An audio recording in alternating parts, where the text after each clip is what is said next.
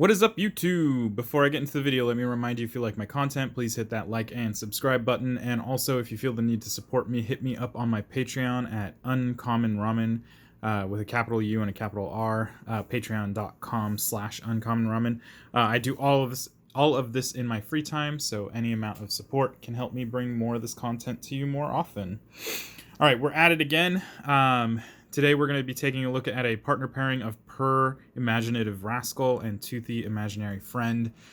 This was a partner pairing that was originally printed in Battle Bond, and they are very specific partners with each other only. This was the first iteration of the partner mechanic that would later be changed to just partner, and therefore you could partner with anybody. This is also a Simic color pairing. This is green-blue. My last Simic deck was an Ivy deck, and I had realized that I had only had one in my collection, even though I really enjoy the Simic coloring, just because Simic can kind of get out of hand. This is going to be more or less a card draw deck. We went away from the idea of the +1/+1 counters, so maximizing the +1/+1 counters and turning Toothy into a one-shot creature, because I kind of found that was boring. And ironically, the card draw version of this does that anyway, so you kind of have multiple win conditions. So anyway, we're going to jump into this. Starting with the commanders, we have Pir, Imaginative Rascal. He is 2 and a green for a 1/1. He partners with Toothy. If one or more counters would be put on a permanent your team controls, that many +1 of each of those kinds of counters are put on that permanent instead. And this partners here with Toothy, Imaginary Friend, who is also a 1/1, except for 3 and a blue. Whenever you draw a card, put a +1/+1 counter on Toothy, Imaginary Fiend, or Friend, my bad. And when Toothy leaves the battlefield, draw a card for each +1/+1 counter on it. So, Pir feeds Toothy. You can see right here, by allowing him to put an extra +1/+1 counter every time you draw a card. And what we're going to be trying to take advantage of, really, is this ability here. When Toothy leaves the battlefield, draw a card for each +1/+1 counter on him. Obviously, you can still beef him up pretty heavily and then just swing in, and there will be some strategies in here for that, but most of it's going to be focused around, blinking him and getting some good card advantage off of him. So first we're going to take a look at creatures. Okay. Oops. Okay, starting with Birds of Paradise. An OG mana dork. Costs 1 green. It's a 0/1 with flying. You can tap it to add a mana of any one color to your mana pool. It's just an OG mana dork. This is a very good card in here. Plus, the flying allows for, for some reason we mitigate a lot of the 1/1 counters, and there's a lot of ways to do that in here. You can make this actually a pretty big threat, because it has flying. Next up, we have Consecrated Sphinx. 4 and 2 blue for a 4/6 with flying. Whenever an opponent draws a card, you draw 2 cards. This can get really crazy, very out of hand during any game, really. But with Toothy in play, this gets nuts. Next up, we have Deep Glow Skate. 4 and a blue for a 3/3. When Deep Glow Skate enters the battlefield, double the number of each kind of counter on any number of target permanents. So we can actually utilize this pretty well in this deck, because we're going to be spreading around +1/+1 counters a lot. So we're going to double up all those +1/+1 counters. It doubles up any loyalty counters. It doubles up literally any kind of counter. And you don't have to target, I don't believe, your own stuff. You can actually target other people's stuff too. So if you've thrown out -1/-1 counters, or somebody has, and I believe it says on any number of permanents. You can't do it for poison counters, but still, very cool card. Next up, we have Displacer Kitten. For 3 and a blue, you have a 2/2. Has Avoidance. Whenever you cast a non-creature spell, exile up to 1 target non-land permanent you control, then return that card to the battlefield under its owner's control. It's a good way to blink. This is a great way to blink Toothy to get some value out of it. There are other permanents that you can blink in here that will get ETB effects as well. For instance, Eternal Witness. For 1 and 2 green, this is 2/1. When Eternal Witness enters the battlefield, you may return target card from your graveyard to your hand. This is OG. Like, this goes all the way back to the Mirrodin block. Super good card.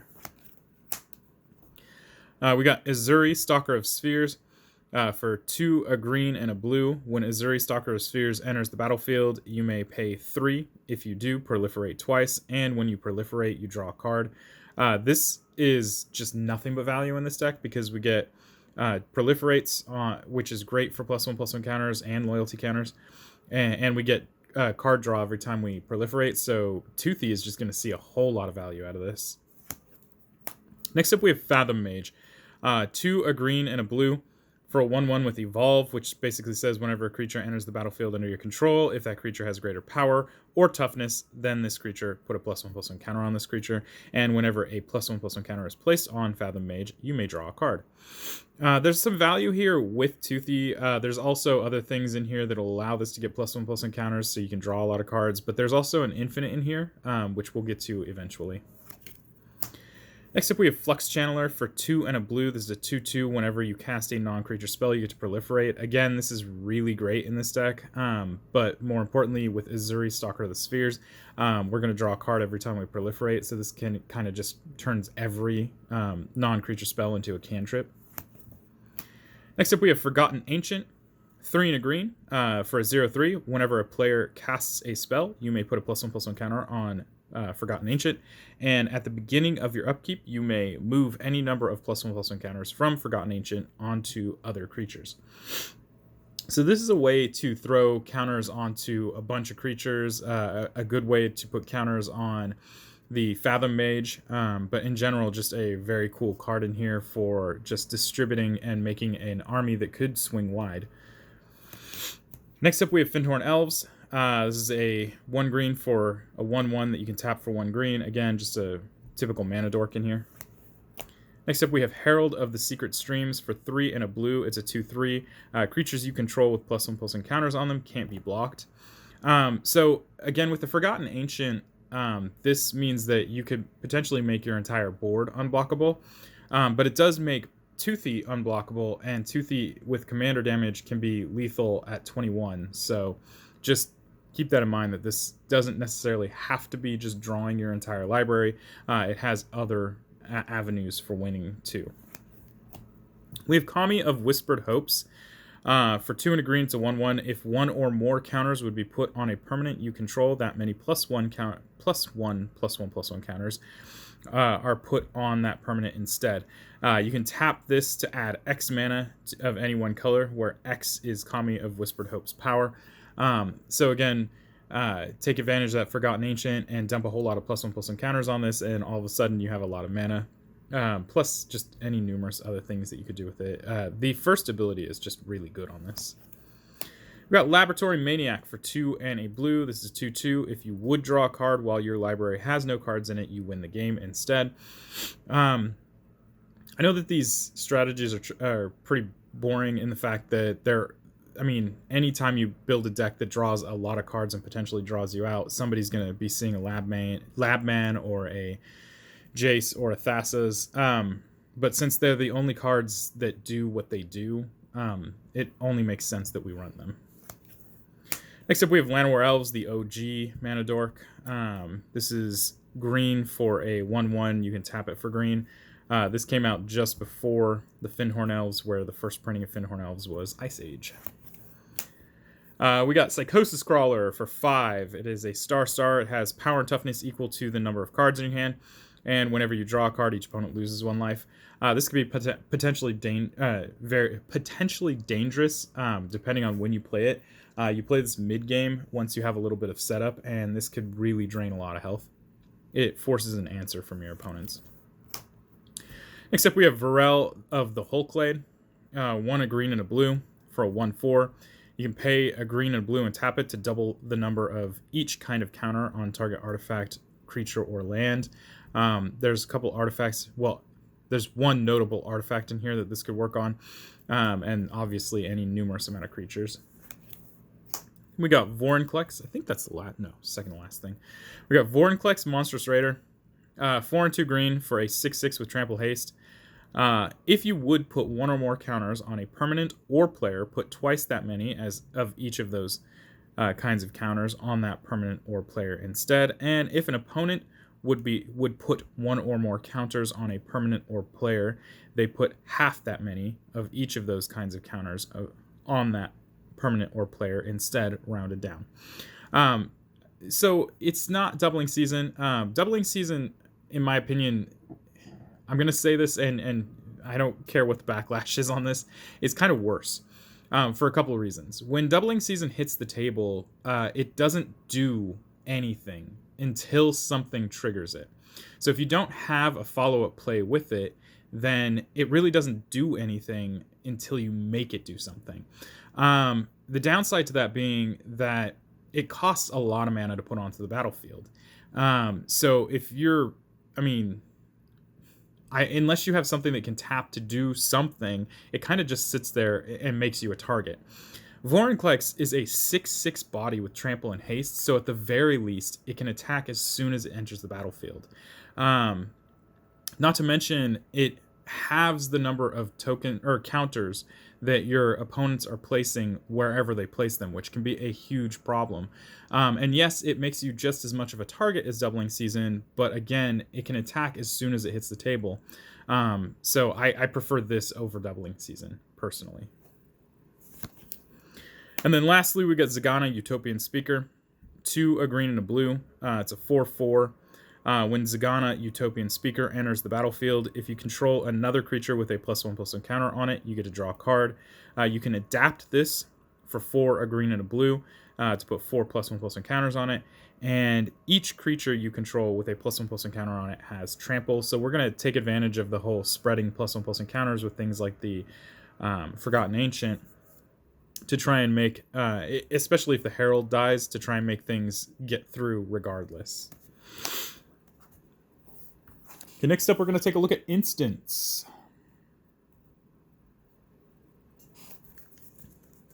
All right, starting with Aetherize. This is in here because I don't have another copy of Cyclonic Rift. We are very close to the release of Commander Masters, and I'm hoping to pull at least one of those so that I can switch this out. But Aetherize is still a very good card. For 3 and a blue, return all attacking creatures to their owner's hand. This is a fantastic way to protect yourself, just like Cyclonic Rift would be, because you would use it in roughly the same situation. If somebody's about to attack for lethal, this is a way to save yourself. Now, unfortunately, Cyclonic Rift hits everyone but you. Aetherize only hits one opponent, so if your opponents are working together, you could still end up dying. But anyway, yeah. Next up, we have Arcane Denial. It's a counterspell for 1 and a blue. When you counter the spell during your, I think it's your upkeep, right? The beginning of night. Yeah. So during the next upkeep, you're going to draw a card and they're going to draw 2 cards. So it depends on when you counter it, but during the next upkeep after you counter the spell, you're going to draw a card and they're going to draw 2 cards. Next up, we have Beast Within for 2 and a green. Destroy target permanent. Its controller gets a 3/3 beast. Next up, we have Blur for 2 and a blue. Exile target creature you control, then return it to the battlefield under its owner's control, and you get to draw a card. I like this one because it's cantrip. There's a lot of different ways to blink in blue, and they all have some kind of cool thing that they do, but none of them cantrip, and I like this one because it cantrips. Next up, we have Brainstorm. For 1 blue, you get to draw 3 cards and put 2 cards from your hand on top of your library in any order. Then we got OG Counterspell. For 2 blue, counter target spell. Then we got Displace. For 2 and a blue, you get to exile 2 creatures you control, then return those creatures to the battlefield under their owner's control. So we get to blink 2 creatures. I like this because there's a couple ETB effects that could be really useful in here. Next up, we have Essence Flux. For 1 blue, you get to exile target creature you control, then return that card to the battlefield under its owner's control. If it was a spirit, you get to put a +1/+1 counter on it.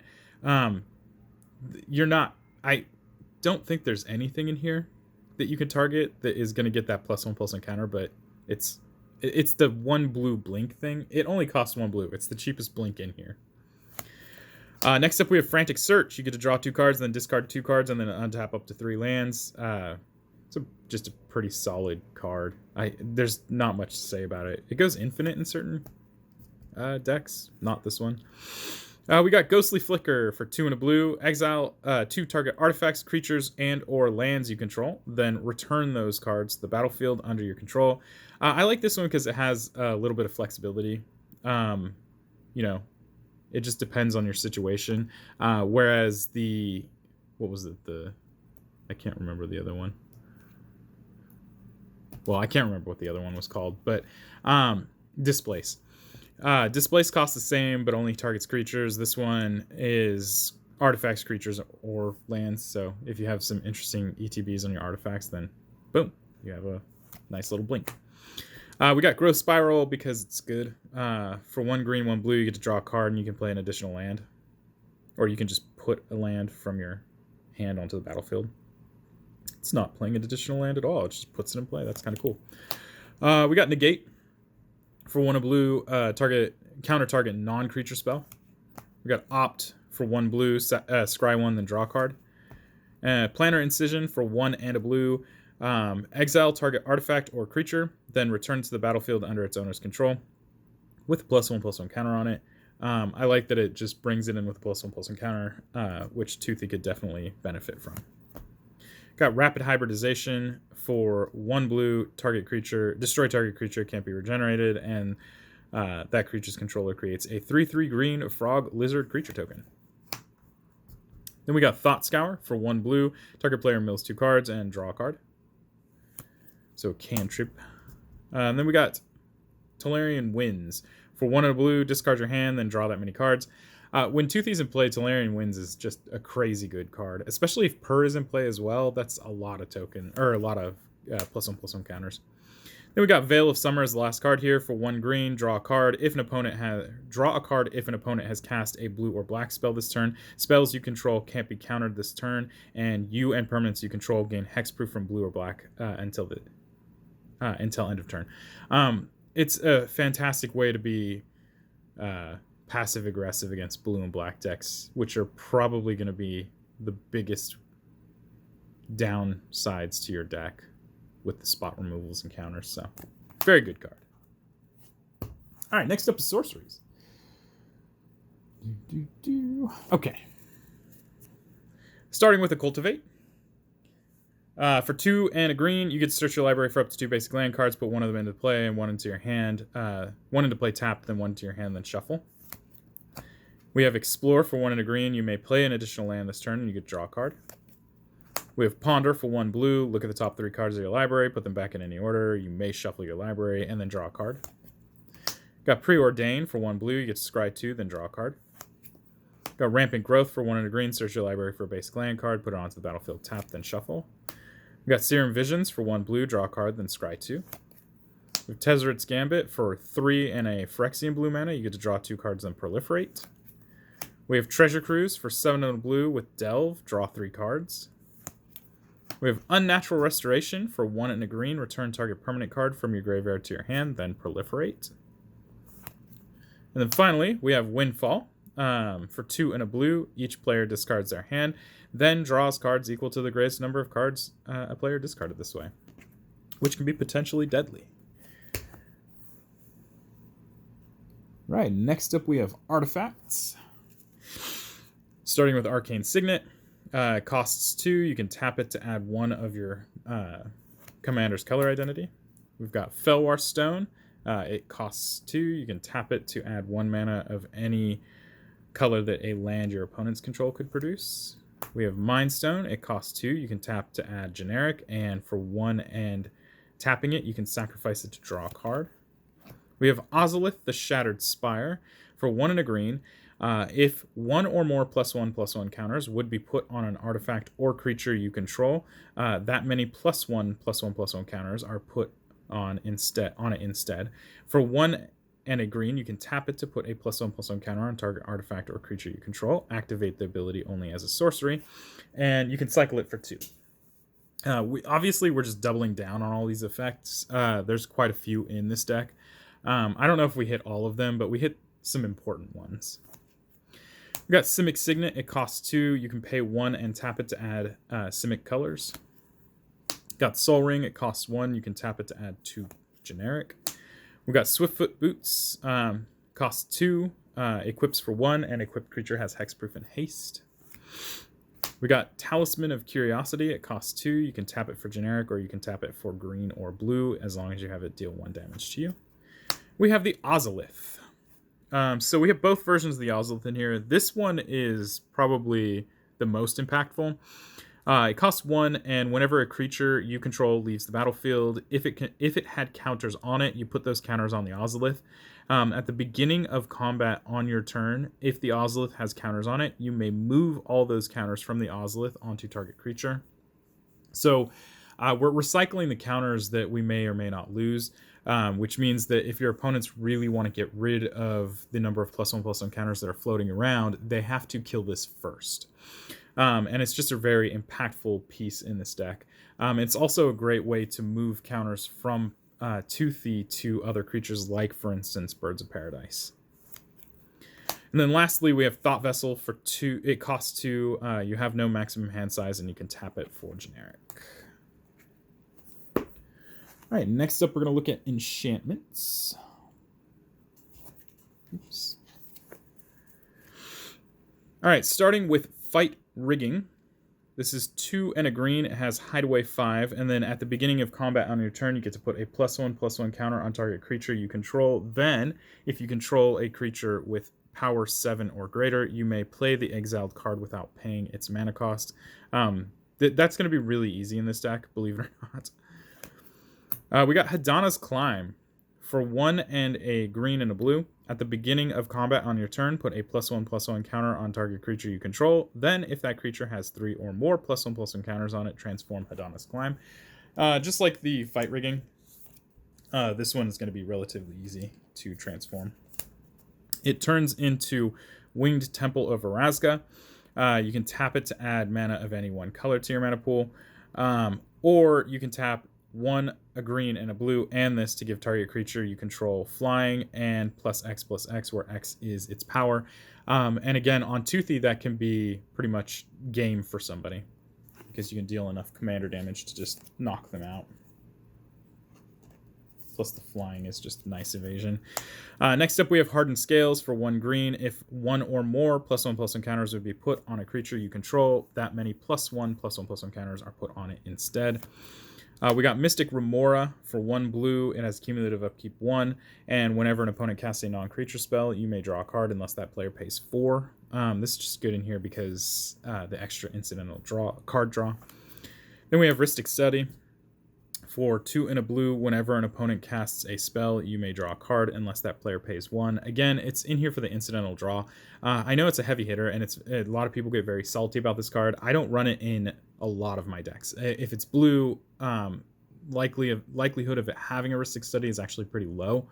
I run it in blue decks that are based around drawing cards. So here you go. We have Simic Ascendancy, another possible win condition here. For green and a blue, you can pay 1, a green, and a blue to put a +1/+1 counter on target creature you control. Next line of text says, whenever 1 or more +1/+1 counters are put on a creature you control, put that many growth counters on Simic Ascendancy. Then, at the beginning of your upkeep, if Simic Ascendancy has 20 or more growth counters on it, you win the game. Enchantments are sticky. If your opponents aren't careful, and they don't save some way to remove this enchantment, it can be very quick that you win the game with this, especially if you play this mid to late game. Toothy has had a bunch of setup at that point. It's not hard to get 20 +1/+1 counters on him. Just think about that. Next up, we have Sylvan Library. Yes, there are quite a few enchantments in here that are heavy hitters. Again, it's because we draw cards and we need those cards. So Sylvan Library says, or for 1 and a green, says at the beginning of your draw step, you may draw 2 additional cards. If you do, choose 2 cards in your hand drawn this turn. For each of those cards, pay 4 life or put that card on top of your library. It lets you look deeper into the deck. It lets you commit to drawing 3 cards as opposed to just 1 card.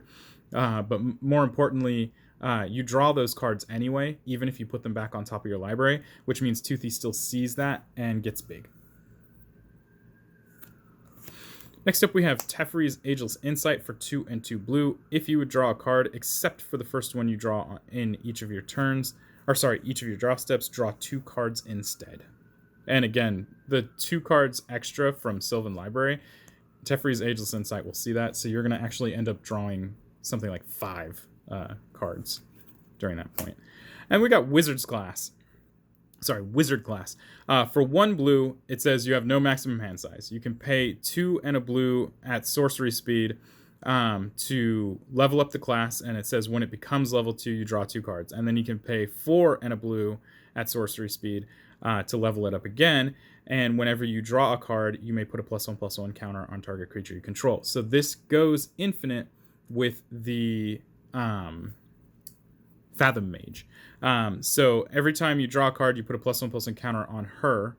Then every time you put a +1/+1 counter on her, you draw a card, and you just do that until you basically deck yourself. And then you play something like a Labman or Jace and win. Oops. Right, next up is Planeswalkers. There are 3 of them. And one of them is pretty obvious here. We have Jace, Wielder of Mysteries. 1 and 3 blue. Passive says if you draw a card while your library has no cards in it, you win the game instead. For +1, target player puts the top 2 cards of their library into their graveyard, then draw a card. And for -8, draw 7 cards. If your library has no cards in it, you win the game. I know, again, it's boring, but it does the job, and, you know, this just adds extra win conditions to the deck. Next up, we have Teferi, Master of Time for 2 and 2 blue. It has 3 loyalty. Sorry, this one comes into play with 4 loyalty, by the way. It has 3 loyalty on ETB. You may activate loyalty abilities of Teferi, Master of Time on any player's turn at any time you can cast an instant. Super good. +1, draw a card, then discard a card. -3, target creature you don't control phases out. Great way to protect him. -10, take 2 extra turns after this one.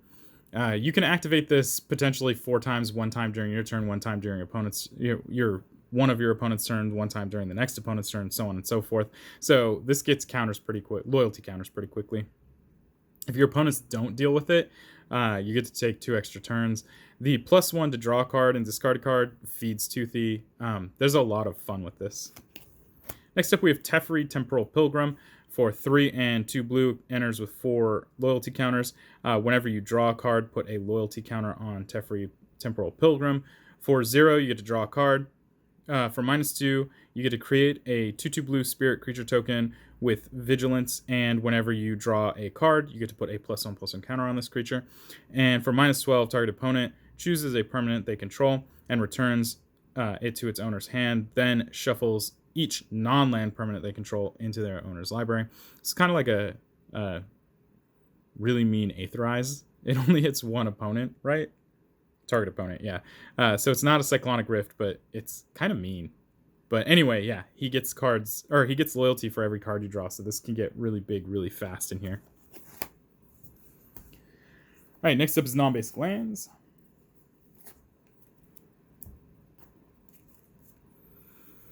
We got Breeding Pool. It's the shock land for blue-green. We got Command Tower, taps for color identity. We got Hinterland Harbor. It is the check land for blue-green. We have Mystic Sanctuary. Enters play tapped unless you have 3 other islands. And when it enters the battlefield untapped, you can return an instant or sorcery card from your graveyard to the top of your library. Got Rejuvenating Springs, the blue-green crowdland. Got Reliquary Tower, which basically says you have no maximum hand size, taps for generic. Got Rogue's Passage, taps for generic, and you can pay 4 and tap it to give target creature unblockable until end of turn, which is super good because Toothy, again, can swing in for uncontested for commander damage at that point. Got Temple of Mystery, the Scryland for blue-green.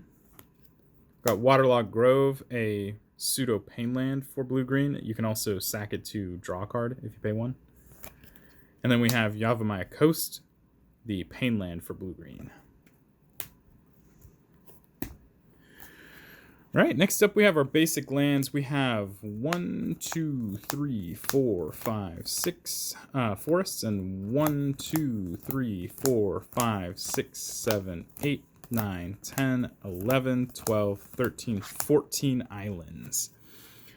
So that is the Pir and Toothy card draw deck. There are more than one way to win the game in this. But obviously, one of those happens to be drawing to the point where you have nothing left to draw. We also have the Simic Ascendancy. We can make Toothy unblockable. There's a lot of ways to win this. I like this one over the more straightforward, just +1/+1 counters, because that one is pretty straightforward. You put a bunch of +1/+1 counters on on Toothy. If it dies, you bring it back, do it again, and your opponents lose because it gets massive very quickly. Whereas this one has like a bunch of different techie things you could do with it if you wanted to. I don't know. Some people, I just have preferences towards that. So anyway, Simic. If you have any questions or comments, leave them down below. And yeah, I guess that's it. Until next time, guys. Peace.